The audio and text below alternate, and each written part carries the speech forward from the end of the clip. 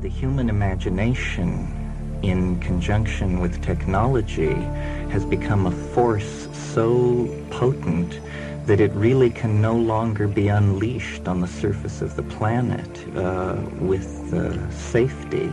The human imagination has gained such an immense power that the only environment that is friendly to it is actually the vacuum of deep space.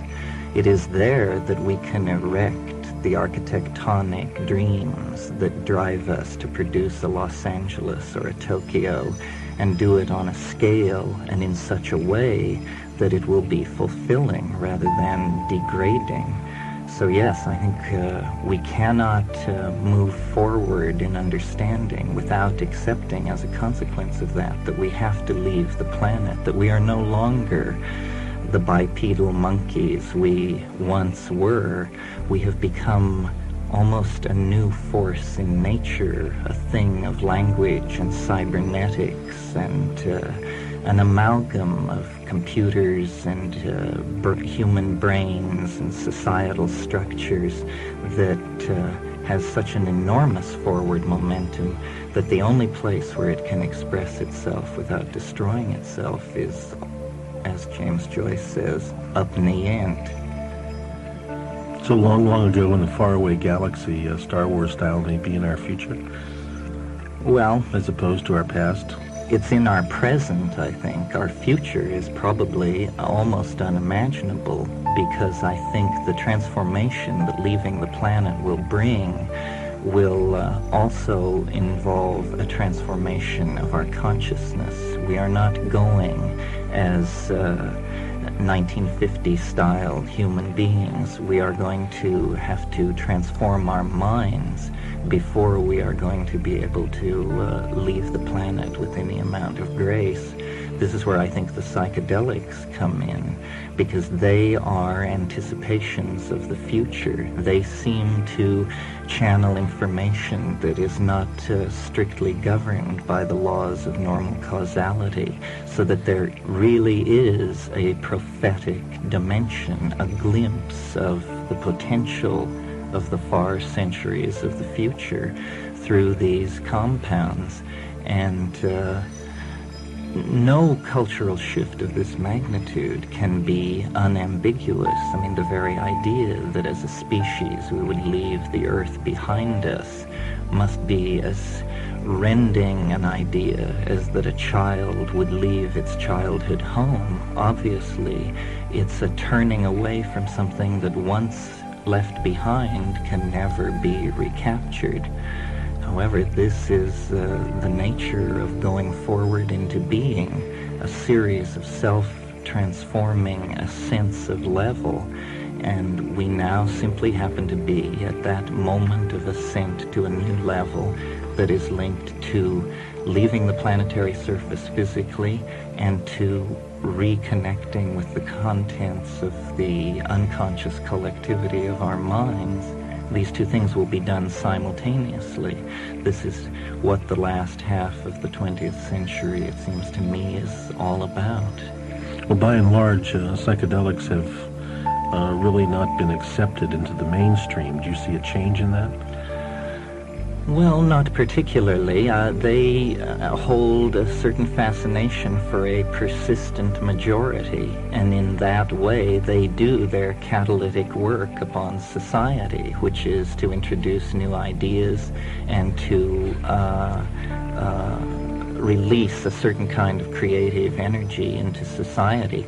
I certainly would not like to see a return to the psychedelic hysterias of the 1960s.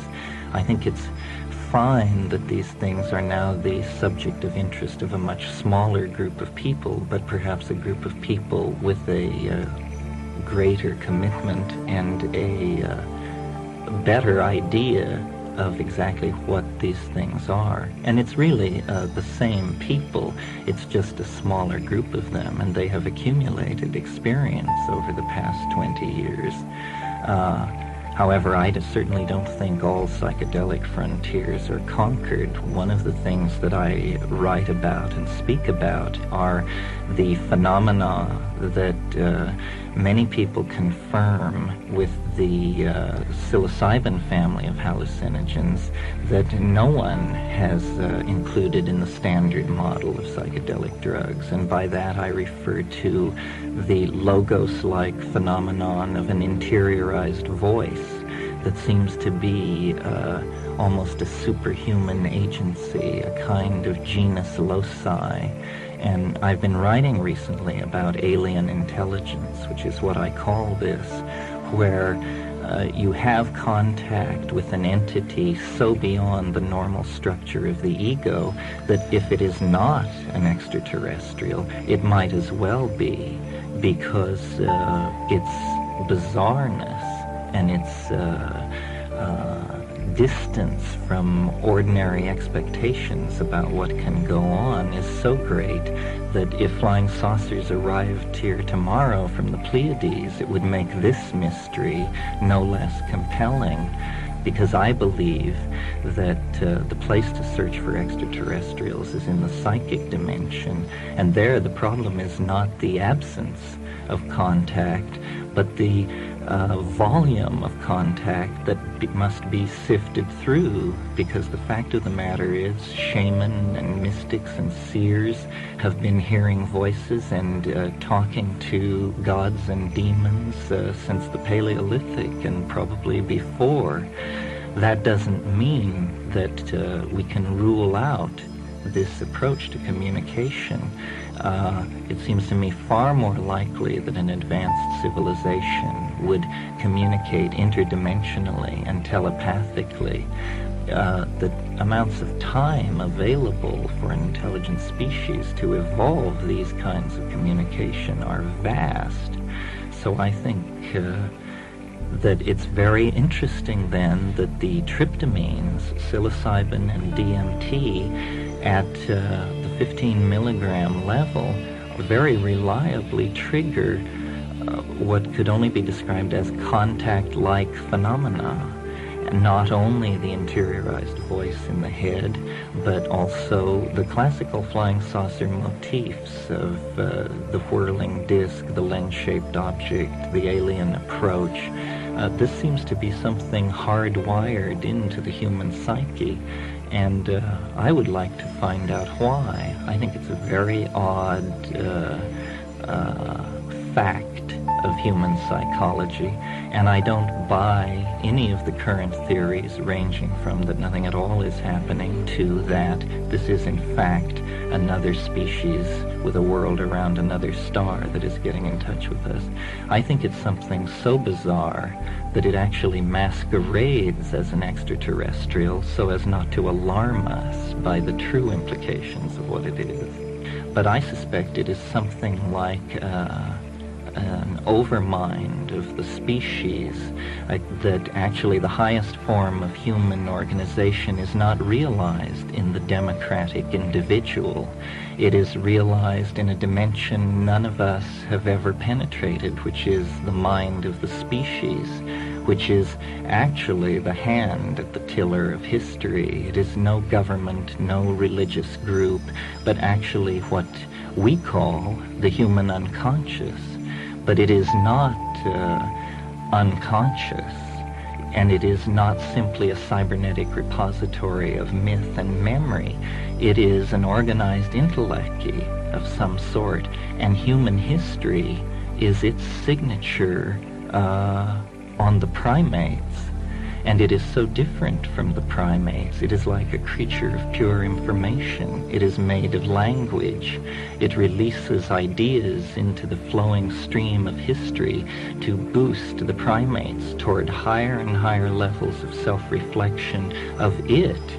And we have now reached the point where the masks are beginning to fall away, and we are discovering that there is an angel within the monkey struggling to get free, and this is what the historical crisis is all about. And I'm, for no reasons in particular, very optimistic. I mean, I see it as a necessary chaos that will lead to a new and more attractive order. Terence, you were talking about extraordinary realities, and it occurs to me that there's an enormous amount of prejudice against the psychedelics and the use of hallucinogenic substances, and it's almost as if there's an inordinate fear to open up the door to the closet that these substances reveal. What about that prejudice? What do you think how's that going to be resolved? What is the resolution of that? Well, I think it's more complicated than a prejudice. It's a prejudice born of respect, because most people sense that these compounds probably actually do what their adherents claim they do. It's possible to see the whole human growth movement of the 1970s as a wish to continue the inward quest without having to put yourself on the line the way you had to when you took 250 gamma of LSD. And I think all these other methods are efficacious, but I think it's the sheer power of the hallucinogens that puts people off. You either love them or you hate them, and that's because they dissolve worldviews. And if you like the experience of having your entire ontological structure disappear out from under you, if you think that's a thrill, you'll probably love psychedelics. On the other hand, for some people, that's the most horrible thing they can possibly imagine. They navigate reality through various forms of faith. And I think that the psychedelics, the doors of perception are cleansed, and you see very, very deeply. I spent time in India, and I would always go to the local sadhus of great reputation, and I met many people who possessed what I call wise old man wisdom. But wise old man wisdom is a kind of Tao of how to live. It has nothing to say about these dimensions that the psychedelics reveal. And for that, you have to go to places where hallucinogenic shamanism is practiced, specifically the Amazon basin. And there you discover that beyond simply the wisdom of how to live in ordinary reality, there is a gnosis of how to navigate in extraordinary reality. And this reality is so extraordinary that we cannot approach what these people are doing with any degree of smugness, because the frank fact of the matter is we have no viable theory of what mind is either. The beliefs of a Witoto shaman and the beliefs of a Princeton phenomenologist have an equal chance of being correct, and there are no arbiters of who is right. So it's the power of these things, the fact that here is something we have not assimilated. We have been to the moon, we have charted the depths of the ocean, the heart of the atom, but we have a fear of looking inward to ourselves, because we sense that here is where all the contradictions flow together. And the same prejudice against psychoanalysis that characterized the 20s and 30s, when it was thought to be superfluous or some kind of fad, attends the psychedelics now. It's because it touches a very sensitive nerve. It touches the issue of the nature of man. And people are uncomfortable with this, or some people are uncomfortable with this. What is the value of exploring extraordinary realities? Well, I guess it's the same value that attends the exploration of ordinary realities. There's an alchemical saying that one should read the oldest books, climb the highest mountains, and visit the broadest deserts. I think that being imposes some kind of obligation to find out what's going on.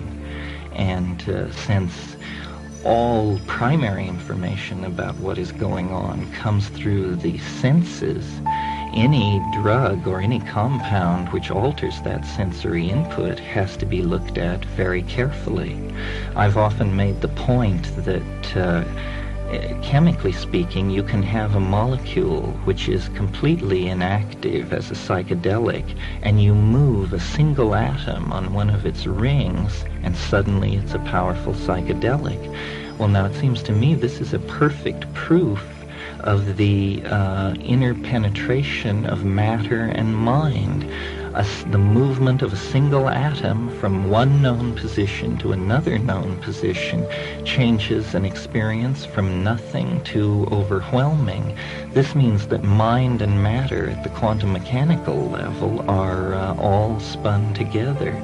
This means that in a sense, the term extraordinary reality is not correct if it implies a division of category from ordinary reality. It is simply there is more and more and more of reality, and some of it is inside our heads, and some of it is deployed out through three-dimensional Newtonian space. Most of us, I think, just simply accept the everyday reality as the only one. And you're talking about journeys into the nether regions of which far beyond most people's conception or even wanting to conceive of such a reality. Well, I think there's a shamanic temperament, which is a person who craves knowledge in the Greek sense of gnosis. In other words, knowledge not of the sort where you subscribe to Scientific American and it validates what you believe, but immediately, cosmology is constructed out of immediate experience that are found always to be applicable. You see, I don't believe that the world is made out of quarks or electromagnetic waves or stars or planets or any of these things. I believe the world is made out of language, and that this is the primary fact that has been overlooked. The construction of a flying saucer is not so much a dilemma of hardware as it is a poetic challenge. And people find it very hard to imagine exactly what I'm talking about. What I'm saying is that the leading edge of reality is mind, and mind is the primary substratum of being. We in the West have had it the wrong way around for over a millennia, but once this is clearly understood, with what we have learned in our little excursion through three-dimensional space and matter, we will create a new vision of humanity that will be a fusion of the East and the West. Well, the world being made of language, and I think of these extraordinary realities which are totally beyond any language that we use in any ordinary sense. Yes, well, they are beyond ordinary language. I always think of Philo Judaeus writing on the Logos. He posed to himself the question, what would be a more perfect Logos? And then he answered saying, it would be a Logos which is not heard, but beheld. And he imagined a form of communication where the ears would not be the primary receptors, but the eyes would be. A language where meaning was not constructed through a dictionary of little mouth noises, but actually three-dimensional objects were generated with a kind of hyperlanguage so that there was perfect understanding between people. And this may sound bizarre in ordinary reality, but these forms of synesthesia and synesthesic glossolalia are commonplace in psychedelic states. Terence, could you identify Philos for us and tell us who he was? He was an Alexandrine Jew of the 2nd century who made it his business to travel around the Hellenic world and discussed all the major cults and religious and cosmogonic theories of his day. So he's a major source of Hellenistic data for us. How would you relate to Socrates' view of the world? Well, I think that it's hard not to be a Platonist, but it's something perhaps we should struggle against, or at least struggle to modify. I think of myself as sort of a Whiteheadian Neo-Platonists, certainly the central Platonic idea, which is the idea of the ideas, these archetypal forms which stand outside of time, is one which is confirmed by the psychedelic experience. And Plato's formulation of time as the moving image of eternity is another one of these aphorisms that the psychedelic state confirms. And certainly Neoplatonism, Plotinus and Porphyry and that school are psychedelic philosophers. Their idea of an ascending hierarchy of more and more rarefied states is a sophisticated presentation of the shamanic cosmology, which is the cosmology that one experientially discovers when they involve themselves with psychedelics. What I think most of us don't understand or don't really know is the fact that Greek culture and the Eleusinian mysteries incorporated the use of something that very akin to psychedelics.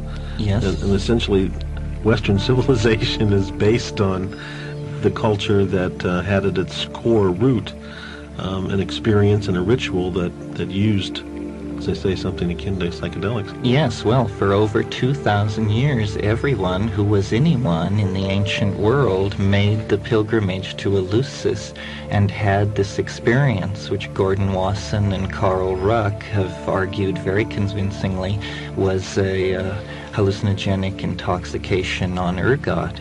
But of course, as soon as the church solidified its power, it closed these Platonic academies and moved against pagan, so-called pagan knowledge and heretical knowledge, and not only the Platonists, but all the Gnostic sects, all of these people, all of these viewpoints were repressed. I like to think that the end of that repression came in a very odd way when in 1953, I guess it was, Gordon Wasson and his wife Valentina in the village of Huatla de Jimenez in the Sierra Mazateca of Oaxaca discovered the psilocybin mushroom cult. It was as if Eros, who had been martyred in the old world, was then found sleeping in the mountains of Mexico and resurrected. And the experience of the mushroom is very much the experience of a genus loci, a god on the Grecian model, not the god who hung the stars in heaven, but a local god, a pre-Christian bacchanalian nature power that is very alien and yet resonates with our expectations of what that experience would be like. Interesting that the mushroom also is a symbol in our culture of death and destruction, being the symbol of the nuclear explosion. Yes, well, mushroom cloud. My brother has made the point asking, what mushroom is it that grows at the end of history? Is it the mushroom of Fermi and Oppenheimer and Teller, or is it the mushroom of Wasson and Hoffman and Humphrey Osmond? Somehow I think the latter is safer. Well, it may not only be safer, it may open the way to escape from the former. It's like a pun in physics, that the force of liberation and the force of destruction could take the same form. It's what alchemists call a coincidentia positorum. It is an amazing synchronicity, it seems. Also, I was interested in talking with Andy Weil some time ago about the fact that there are new genus of mushrooms appearing that have psilocybin in them that have never been seen before, never been tracked before, and it's almost as if they're appearing now. Well, it's amazing how many have been discovered since people have bent their attention to it. There have been psilocybin mushrooms reported from England, France, localities where, so far as we know, there is no cultural history of usage at all. Or, however, it's interesting that cultural usage seems to disappear very early in human history. Hallucinogens are hardly even welcome in agricultural societies. I think it was Weston LaBarre made the point that once you learn how to grow plants, your god shifts from the ecstatic god of the hallucinogens to the corn god or the food god, and it no longer is about divining the hunt and weather through the ecstatic use of hallucinogens. It's about being able to get up every morning and go to work and hoe the crop. So you mentioned earlier the prejudice against hallucinogens. I think it reaches back to the beginning of agriculture. This competition among plant gods, which exemplified lifestyles that must have seemed very alien to each other. Is psilocybin illegal? Oh yes, it's a Schedule I drug. Without any public debate, it was placed on the list at the same time that LSD was, and yet the issue was always couched in terms of LSD being made illegal, but actually at that point in time a whole bunch of things were made illegal, and there was never any public debate. All psychedelics were viewed as the same drug, and LSD was used as the model. Actually, these drugs, there's a spectrum of psychedelic effects, and certain drugs trigger some of them and certain ones others. But yes, psilocybin is illegal. Are the mushrooms illegal? The mushrooms also are illegal as they contain psilocybin. I recall Andy Weil saying that he walked along a downtown Seattle residential street picking up psilocybin mushrooms from the front yards of residential homes. Well, and English law took the view that it was preposterous to try and outlaw a naturally occurring plant, and they took the position that only the chemical was illegal, which I think is a very wise position. But I noticed that Canada recently chose the American interpretation over the British one. Interesting. Turns out, going back to the Andy Weil story, that the reason that these mushrooms were in such plenitude in various locales in the Northwest was that their spores were contained in a mail-order company's mushroom growing product that they sent out mail order, and so... Yes, well, this is an interesting phenomenon. You see, the spores of the mushroom are not illegal because they do not contain psilocybin. They only contain the message in the DNA of the mushroom for the production of psilocybin.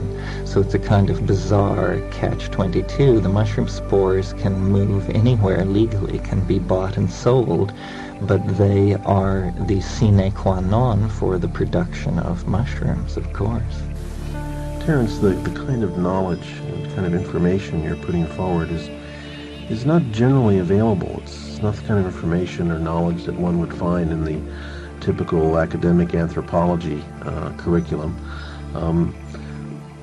And yet it seems to be a knowledge that is ever expanding, but somehow it's outside of the cultural, institutional entities in some way. Number one, why do you think that's the case? Of course, there's a logical answer to that one, but what do you see as the future of this kind of information, this kind of knowledge? Well, I think in a sense it signals the rebirth of the institution of shamanism in the context of modern society. And anthropologists have always made the point about shaman that they were very important social catalysts in their group, but they were always peripheral to it, peripheral to the political power, and actually usually physically peripheral, living at some distance from the village. And I think the electronic shaman, the people who pursue the exploration of these spaces, exist to return to tell the rest of us about it, that we are now coming into a period of racial maturity as a species where we can no longer have forbidden areas of the human mind or cultural machinery. We have taken upon ourselves the acquisition of so much power that we now must understand what we are. We cannot travel much further with the definitions of man that we inherit from the Judeo-Christian tradition. We need to truly explore the problem of consciousness, because as man gains power, he is becoming the defining fact on the planet in the near space area. So the question that looms is man good? And then, if he is, what is it he's good for? And the shaman will point the way, because what they are visionaries, poets, cultural architects, forecasters, all these roles which we understand in more conventional terms, rolled into one and raised to the nth power. They are cultural models for the rest of us. This has always been true. The shaman has access to a superhuman dimension and a superhuman condition. And by being able to do that, he affirms the potential for transcendence in all people. He is an exemplar, if you will. And I see the attention that's being given to these things signaling a sense on the part of the society that we need a return to these models. This is why, for instance, in the Star Wars phenomenon, Luke Skywalker is a direct translation of the word shaman out of the Tungusic, which is where Siberian shamanism comes from. So these heroes that are being instilled in the heart of the culture are shamanic heroes. They control a force which is bigger than everybody and holds the galaxy together. And this is true, as a matter of fact. And as we explore how true it is, the limitations of our previous worldview will be exposed for all to see. I think it was J.B.S. Haldane who said, the world may not only be stranger than we suppose, it may be stranger than we can suppose. I think of the character Yoda. Certainly is a shamanic type character. Very much so. As we talk about shamans and shamanism, again, that brings up cross-cultural currents. And do you see the shaman taking on a new? Certainly, you don't see Indian shamans walking into the metropolitan areas. But do you see the shaman taking on a new form?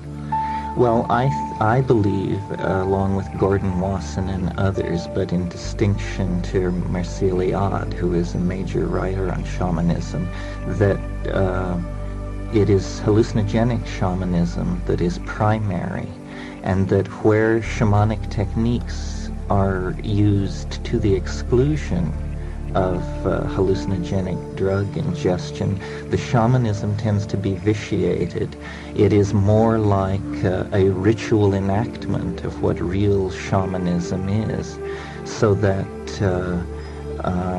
the shamanism that is coming to be within people in our culture, the people who feel comfortable with psychedelic drugs, and who, by going into those spaces and then returning with works of art or poetic accounts or scientific ideas, are actually changing the face of the culture. I connect the psychedelic dimension to the dimension of inspiration and dream. I think history has always progressed by the bubbling up of ideas from these nether dimensions into the minds of receptive men and women. It is simply that now, with the hallucinogens, we actually have a tool to push the button. We are no longer dependent upon whatever factors it is that previously controlled the ingression of novelty into human history. We have taken that function to ourselves, and this will accelerate and intensify the cultural crisis. But I think in the end it will lead that much sooner to its resolution. So as we continue to move towards the further exploration of these spaces, we can expect that social change as a result, personal change. Tremendous social change. I see, in fact, what is happening is a tendency to what I call turn the body inside out. We are, through our media and our cybernetics, we are actually approaching the point where consciousness can be experienced in a state of disconnection from the body. We have changed. We are no longer, as I said, bipedal monkeys. We are instead a kind of cybernetic coral reef of organic components and inorganic technological components. We have become a force which takes unorganized raw material and excretes technical objects. We have transcended the normal definitions of man. We are like an enormous collective organism with our data banks and our forecasting agencies and our computer networks and the many levels at which we are connected into the universe. Our self-image is changing. The monkey is all but being left behind, and shortly will be left behind. The flying saucer, again, I take to be an image of the future state of humanity. It is a kind of millenarian transformation of man where the soul is exteriorized as the apotheosis of technology. And it is that eschatological event which is casting enormous shadows backward through time over the historical landscape. That is the siren at the end of time, calling all mankind across the last 10 millennia toward it, calling us out of the trees and into history and through this series of multi-leveled cultural transitions to the point where the thing within the monkeys, the creature of pure language and pure imagination, whose aspirations are entirely titanic in terms of self-transformation, that thing is emerging, and it will emerge as man leaves the planet. And it's not something quantized and clearly defined. It is, in fact, what the next 50 or so years will be about. But at the end of it, the species will be off-planet and transformed and fully wired from the depths to the heights. Are we just talking about another version of the Christian death, resurrection, ascension into heaven? Except that it is coming into history. What is happening is that the paradise promised the soul is actually going to enter into history, because technological man took the apocalyptic aspirations of Christianity so seriously that we are going to make it happen. It has become the guiding image of what we want to be. And I'm reminded of the poem by Yeats, it's Sailing to Byzantium, where he speaks of how after death he would like to be an enameled golden object singing to the lords and ladies of Byzantium. And it's the image of man transformed into eternal circuitry and released into a hyperspace of information where you are a thing of circuitry, but you appear to be walking along an unspoiled beach in paradise.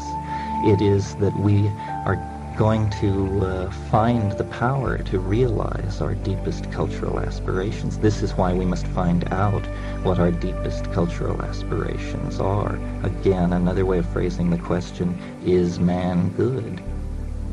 What about the idea that these spaces that we've been talking about, that you've been illuminating, are spaces that can be achieved without the use of psychedelics? Well, again, I scoured India, and my humble personal opinion is that it is highly unlikely. I have always approached people of spiritual accomplishment with the question, what can you show me? Because, as I said earlier, this wise old man wisdom is one thing, but only the hallucinogen-using shaman of the Amazon seem to be able to go beyond that. There may be techniques for doing this, but the efficacy and the dependability of the hallucinogens seems to me to make them the obvious choice. It would only be a series of cultural conventions that would cause one to want to engineer around that. It is the obvious path to transcendence. People must face the fact that at one level we are chemical machines. That doesn't mean we are that at every level, but it does mean that that is a level where we can intervene to change the pictures that are coming in and going out at higher levels. You're not suggesting that people should do this by themselves? Take hallucinogens? Well, I don't know about take it by themselves. Probably not, although I always do. And I seem to prefer it. What I am suggesting is they take it in a situation of minimum sensory input. Lying down in darkness with eyes closed cannot be surpassed.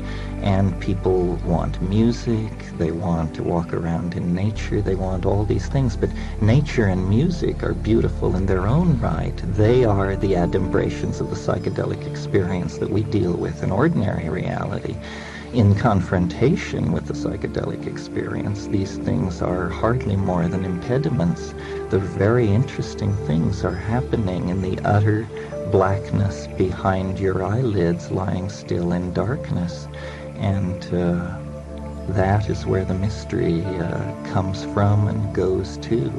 My question had to do with or without a guide.